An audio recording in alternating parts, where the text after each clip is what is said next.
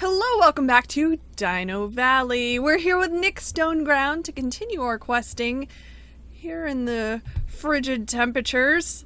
Ooh, but Raspberry River is looking very beautiful in her new bridal, so I'd like to get some more gear from Nick here. What do you have for us today, Nick?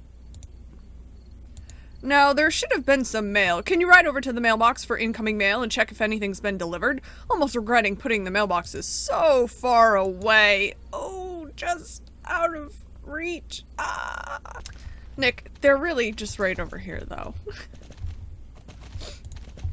Searching. Reply from AAE. Here you go, sir. I feel like you would have seen the mailman come, since it's right there. See? Brilliant! A letter! Oh, from AAE as well! They say they support me fully in my explorations out here in the Valley of the Hidden Dinosaur, and that I should expect a supply of new resources soon. That is excellent news. They also write that they're happy to hear I'm actually alive, and that they thought I'd disappeared forever. We've got you to thank for that, Nova. So, there we go. The camp seems to be in some kind of order, even if it clearly needs a few improvements to bring up the comfort levels a little.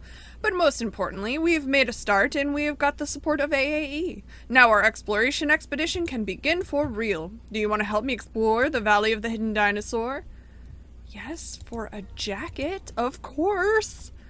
Fantastic, this is great. Then we're a team. As a thank you, every day this week I'm going to share all of my information. Everything I know about this place. Oh, we got it right away.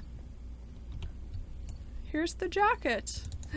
Purple? It kind of matches the gear. We can all explore and find things in many different ways. Some ways are better than others, and some are, well, garbage. You should remain aware that different approaches are necessary for different purposes, and you should always ask yourself, what is the purpose of my expedition? The answer will always let you know the approaches you should take, which will then make it clear to you what equipment you should have. I want you to finish off my map of this area. You'll need my half-finished map, a pen, and a pair of binoculars to check angles and figure out different positions and such. At the same time, I also want you to capture images of some places, and that's of course easiest if you use a camera. With a half-finished map, pen, tripod, binoculars, and camera, you should be fully equipped for the task. I will send you out to the places where I feel it's important to fully document the geography, and thus complete the map. Don't leave anything behind at the places you document. An explorer must never lose sight of their equipment, because that's how expeditions fail. Understood? Understood. Right then, a summary. Using triangulation, you'll work out the distances between different destinations, and so be able to complete the map and take pictures using the camera I'll give you. Completely clear, right? I think so. Oh, you want to test the equipment first? Clever. A real adventurer always tests their kit. How about this then? Take the kit out and try documenting that spot over there by the edge of the camp. Have a go and come back to me when you're done. Then we can go over the procedure one last time before you head off on your expedition. Alright. Oh, so we've got our tools. Aha, I see. Sparkles. Peeking. You photographed the landscape. Wonderful.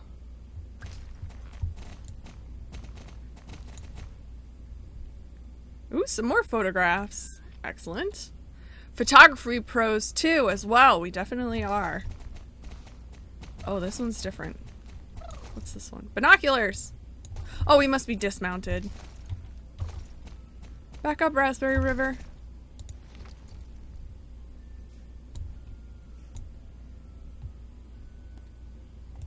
Oh, there it is. I thought he said binoculars. That looks like a telescope to me. But here it looks like binoculars. Tricky binoculars.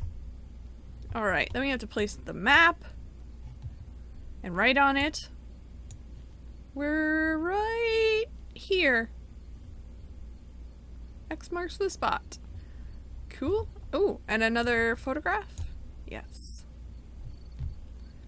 Whole lot of nothing. Little bit of water.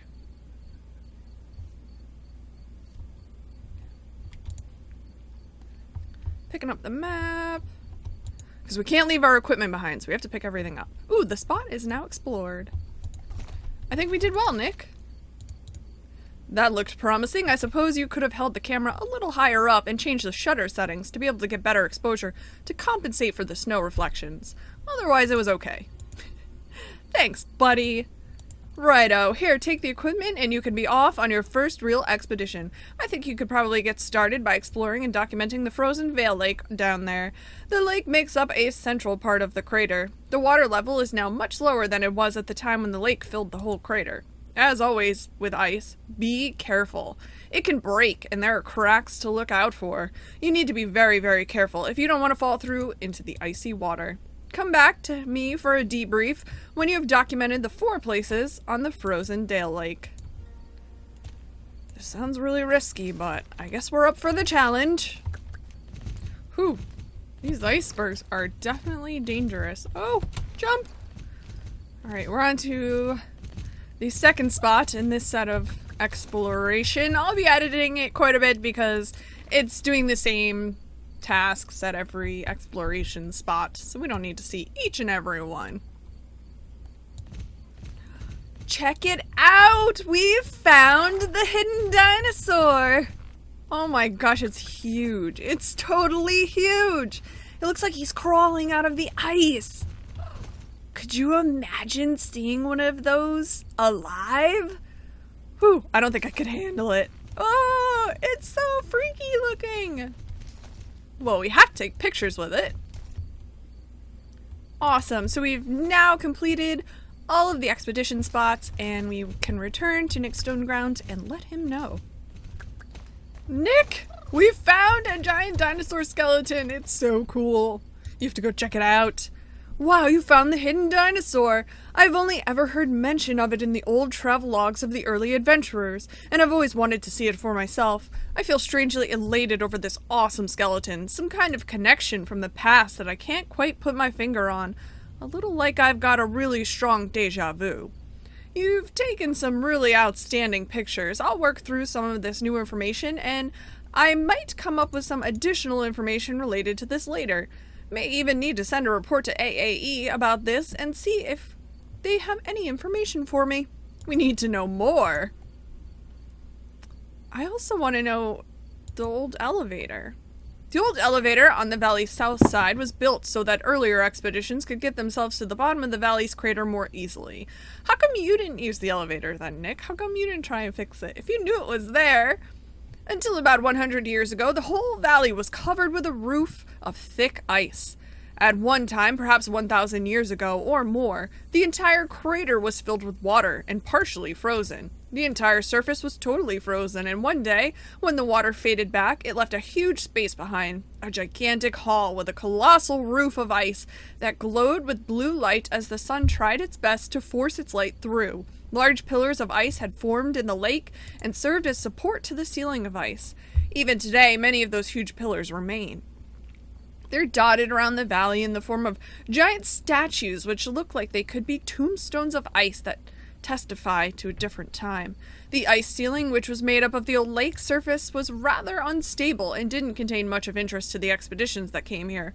Fossils, callstone, and dinosaur skeletons, as well as traces of the asteroid that created the island of Jorvik, could have been found in the Great Ice Cave. This became the subject of scientific interest. For the expeditions that came here, a huge elevator was constructed. It was built to enable them to more easily transport their men, horses, food, and equipment. The elevator was rebuilt several times. In the beginnings, during the 1600s, it was just a ramp, but it underwent several renovations. It underwent a complete redevelopment as late as the 1890s and was refined with the technology of the century's finest engineers. 1910 got it a new, modern engine, which was the most advanced of its time. Everything came to a sudden and abrupt end in the winter of 1912 when the Great Collapse occurred. Oh my gosh, I had no idea he was such a wealth of information. That's so cool. I love getting backstory. Thank you, Nick Stoneground. Alright, now we can continue. Skeletons. We need to analyze the bones. Take skeletal samples from various locations on the skeleton with this test doodad. The paleontological department at AAE will then analyze the samples. What I said? Polenta? No. Polenta is a tasty corn porridge. Paleontology. It's the study of prehistoric life and organisms. Cool, huh? So really, we're paleontologists here in the Valley of the Hidden Dinosaur. We're real scientists. Sorry, science woman? Science horse? You say scientists, whether it be men, boys, women, girls, or horses? Don't ask me why. Doesn't sound too complicated there, Nick. Scientists. Even horses. The ice is old. For a scientist, it can tell us a lot about the past. If you study the different layers of ice, you can learn about what the climate was like before. This lower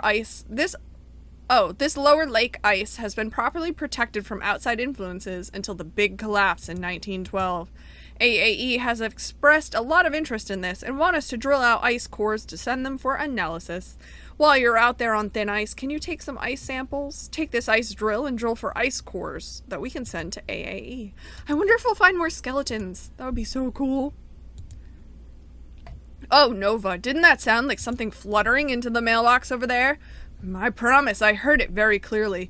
It's not delivered by owls, Nick Stoneground. There's a mailman. Could you just run over and grab the letter and I'll get my glasses while you collect it? Well, we'll take a peek, but I'm not convinced there's anything there.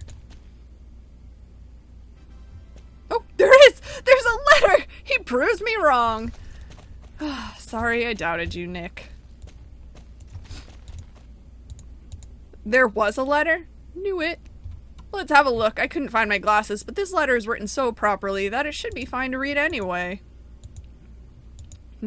I don't know whether this is good news or not, Nova. Professor Einstein from Yorvik City University is apparently on her way here. Have you heard of her? No, not that Professor Einstein. I'm talking about Professor Elsa Einstein, the world's leading researcher in the field of quantum semantics. You've never heard of her? Lucky you, I was about to say. You see, Elsa Einstein is known for her meticulous accuracy and precise planning in everything she takes on, contrary to how I usually structure my research, you might say. What she'll do here? There's nothing here that's got anything to do with her research, so I've no idea. All I know is that if she and I work together, it'll go belly up within hours. She's apparently on her way here by helicopter. She must be mad. The winds over the valley took my balloon down straight away, so I'd hate to think what the bad weather would do to a helicopter. Let's see, says here she should have got here yesterday, apparently. The mail isn't so fast here in Nova. Wait, are you thinking what I'm thinking? Exactly! The weird noise we heard earlier must have been Professor Einstein's helicopter crashing. We have to save her, Nova. The sound came from the other side of the lake, I'm sure of it. Ride there and look, and I'll see if I can find my first aid kit or something else useful in the refrigerator. Oh, he's talking about the refrigerator. The weird floating refrigerator. Apparently it has a first aid kit. Hurry, Nova, hurry! Ooh, we are on our way! Okay, so we've passed some sparkles that say they are it needs an ice drill. So let's do that while we're here. Cool, we got our ice core. So we need 4 of those total. There she is! Oops, I didn't mean to run you over, Professor Einstein. You've already been through enough. Who are you? Well, hello to you, Nova. I'm Professor Elsa Einstein. Are you by any chance a qualified helicopter mechanic? No? How about Chinese? Do you speak Chinese? No? Blast. My knowledge of helicopters is basic at best, and the manual I found is in Chinese, which is one of the few languages I've yet to master. Did she fly the helicopter herself? Is she a helicopter pilot? You have to understand that I simply don't have time to spend 3.7 days through reasoning and logical thinking to learn either how helicopters work or indeed the Chinese language from the manual. By that time, I'll have frozen to death in this miserable place. Well, now you've turned up, a solution to my problem appeared. Such good fortune. 2 people should, without risking your horse's health, be able to sit on horseback with each other and ride along with the same efficiency to the nearest place with some kind of civilized temperature. Now, Nova, how does one get up in the saddle? In theory, it's very simple, but I notice that in practice it's much more difficult to perform my movements in the order and accuracy as the theory requires. You'll help me? Thank you, that was kind of you. Now you get to steer this vehicle to civilization before my body temperature reaches a critically low level. Oh, hello! Well, madam, we have a few things to do before we can head back to the camp. So I hope you don't mind joining me. Okay, Professor, you wait here? Admire this beautiful skeleton. We need to take some samples. Is it this? Yes. Testing. Okay, 5. We need to take 5 samples. You wait there. Well, Nick Stoneground, we have rescued the professor, even if you don't like her too much. What on earth is this place? Oh, would you look at that? Nick Stoneground. Nick Stoneground. Thanks, the paleontologists at AAE are dying to see these test results. Great ice cores. Now we just need to send them with a super fast mail so that they don't melt on the way. I'll pack them in fabric, styrofoam, and foil so they should survive the journey. There we go. Those samples are all packed into boxes and ready to be sent. Can you take them over to the outgoing mailbox and try squeezing them in there? It's really important that they get to AAE so that they can see my work here is in full swing. Sure.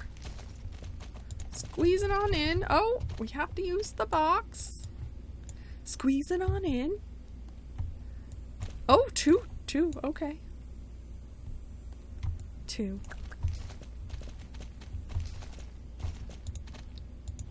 Thanks for all your help, Nova. It'll be really exciting to hear what AAE have to say about these.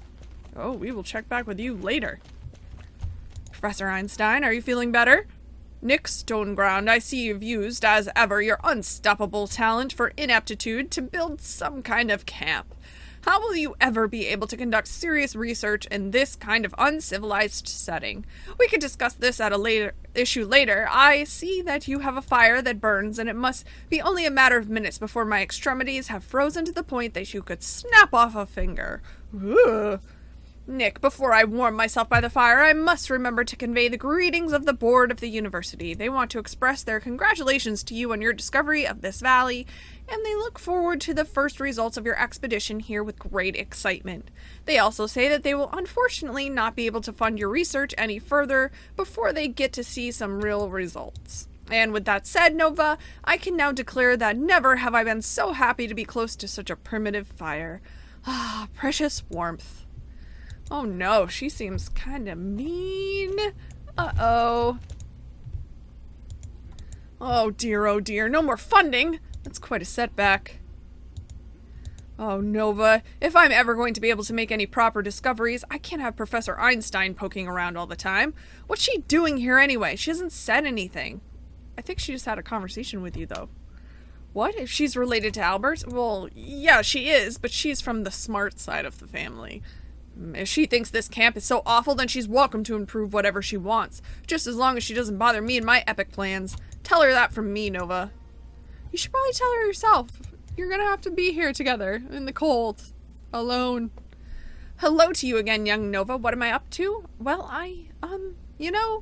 Right, listen, my recent experiments with the practical application of quantum dynamics weren't so popular with the management at the university. They were a bit miffed that I'd built a very small nuclear reactor in order to generate enough power to run my devices. I assured them that it was harmless, but apparently it doesn't matter. They were completely irrational and refused to listen to my entirely logical explanations. To cut a long story short, we agreed that I would pursue my research elsewhere until this whole affair has settled down, because apparently the authorities weren't very happy that someone had built a hydrogen bomb in the middle of Jorvik City. No, I wouldn't think so. Why did I build a hydrogen bomb? It was just a completely ordinary and entirely banal experiment. But I never intended to detonate the bomb for real, and certainly not right in any case, right then. Well, not everybody can be rational. The university management found for some reason that this distant, isolated location they'd just heard about sounded perfect for me to conduct my research in. So here I am. Unfortunately, all my equipment was lost in the helicopter crash, so I don't really know what to do now. Great! She sounds like a great lady. We definitely want to hang out here. We are going to have to check in with Professor Einstein next time, and hopefully Nick Stoneground will have some more quests for us as well, so we can continue working here in Dino Valley. Eventually, we will meet the Coulters, and if we raise our reputation with them, we can get a fjord horse! I'm so excited. We've done so much this summer. It's been so much fun, and I have you guys to thank for that, because you guys tuning in and watching and writing all your comments makes it that much more enjoyable. So thank you very, very much! Dana told us she bought her first Icelandic horse. Congratulations. I cannot wait to get one of those as well. And an English thoroughbred. And a new Frisian sport horse. And all the horses. It's just so exciting. She got the gray one and named it Ash Petal, which is named after a German story. I hope I'm saying this right. Ashputtel? Ashputtel? Pudel? Something like that. It's the German version of Cinderella that she grew up on as a child and really loved. So that's awesome. Get a little German folklore in her horse name. That's really cool. I like that. She really likes the tolt that the Icelandic does. I do too. I think it's so cute. I love seeing them tolt around in the game. I can't wait to do it myself. Alright, I will catch you guys next time. Remember, always have fun and be kind to each other. Help out when you can. Spread some love. Bye.